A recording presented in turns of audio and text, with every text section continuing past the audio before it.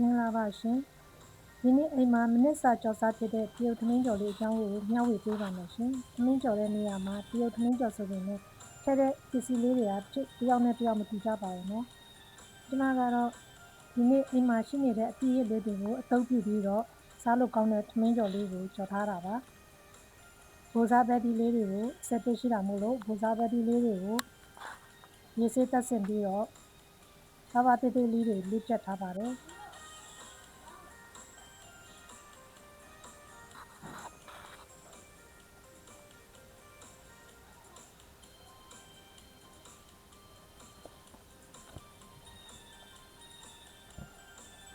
ပြီးလို့ရှိရင်မုံလောင်ညီလေးတစ်ပိုင်းကိုလည်းပဲချောင်းလေးတွေဖြစ်အောင်ရေစားနေတော်လေးတွေနဲ့ဒီဖြတ်ထားပါတယ်ရှင်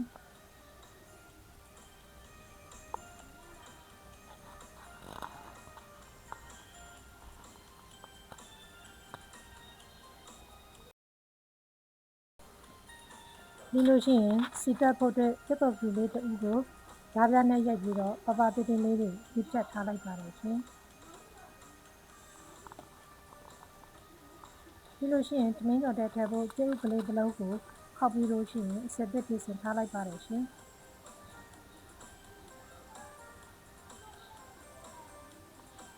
ပြီးလို့ရှိရင်တော့သမင်းကြော်ဖို့အစက်သစ်ချထားတဲ့သမင်းကိုအရသာနဲ့ပေးပါမယ်အရသာအတွက်ခရုစီသမင်းစားသောတစ်စောစာလောက်ဖြတ်ပေးပါတယ်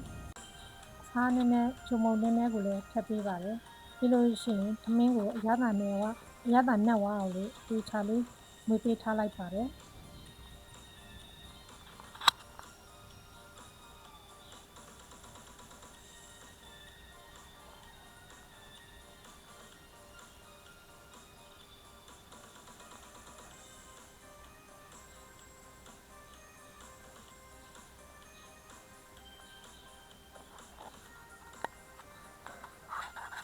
ခုဆိုရင်သမင်းကြော်တဲ့ထမ်းမဲ့ပစ္စည်းလေးတွေအားလုံးအစက်တက်ဖြစ်သွားပြီဆိုတော့သမင်းကြော်ဖို့အတွက်ဆက်လိုက်ကြရအောင်နော်မြင်းဥစုပ်ဒဲဥပူထဲကိုစီလေးနည်းနည်းထပ်ပေးပါတယ်ပြီးရင်ကြက်တော်ဖြူစောစောကစက်တက်လောက်ထားတာလေးကိုထပ်ပြီးတော့စီတက်ပေးလိုက်ပါတယ်ကြက်တော်ဖြူလေးမွေးလာပြီဆိုလို့ရှိရင်တော့စက်တက်လောက်ထားတဲ့ဘိုးစားပဲလေးတွေနဲ့ပဲတီလေးတွေကိုထပ်ပြီးတော့ကြော်ပေးပါမယ်ရှင်ပြီးရလေးတွေအရသာရှိသွားအောင်လို့စားနည်းနည်းအချုံမိုးလေးနည်းနည်းထပ်ပြီးတော့ကြော်ပေးပါမယ်ရှင်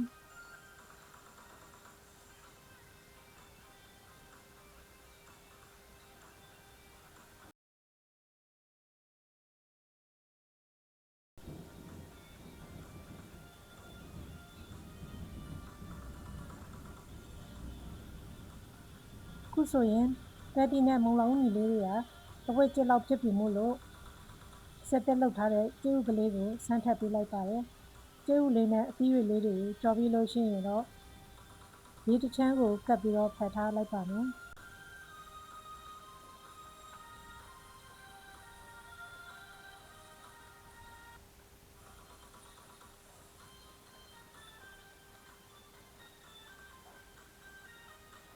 ပြီးလို့ရှိရင်စီလေးနည်းနည်းဖြတ်ပြီးတော့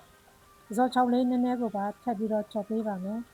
ပဇော်ချောက်ကအိမ်မှာရှိနေတဲ့ပဇော်ချောက်သေးသေးလေးတွေကိုကြော်ထားတာပါပဇော်ချောက်လေးတွေကသေးပေမဲ့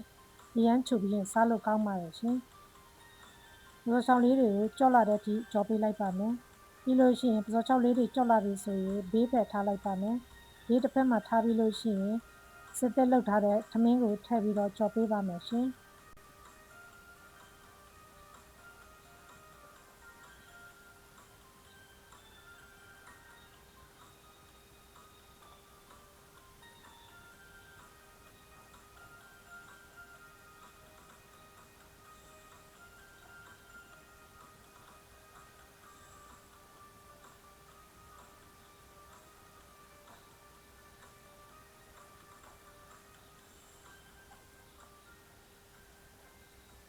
ခုလိုမျိုးထမင်းလေးနည်းနည်းကြော်ပေးပြီးလို့ရှိရင်တော့မိမှာတစ်ဖက်ဖယ်ထားတဲ့အသီးရွက်နဲ့ပဇော်ချောက်တွေအားလုံးကိုပါထပ်ပြီးတော့ရောကြော်ပေးလိုက်ပါမယ်ထမင်းနဲ့အသီးရွက်လေးတွေကိုနှံ့အောင်တမအောင်လို့ဒေချာလေးမွေပြီးတော့ကြော်ပေးပါမယ်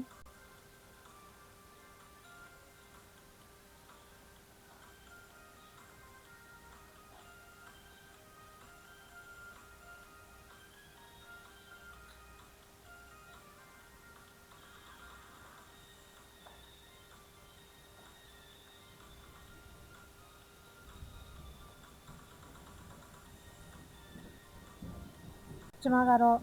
ဟင်းချက်တဲ့အခါတိုင်းစီကိုတိတ်မသုံးတာမို့လို့အခုလိုမျိုးစီနည်းနည်းလေးနဲ့ပဲသမင်းကိုတေချာလေး6သက်တိကြော်ပေးပါမယ်သမင်းလေးတွေ6ပြီးလို့ရှိရင်မွှလာပြီဆိုတဲ့အခါကျတော့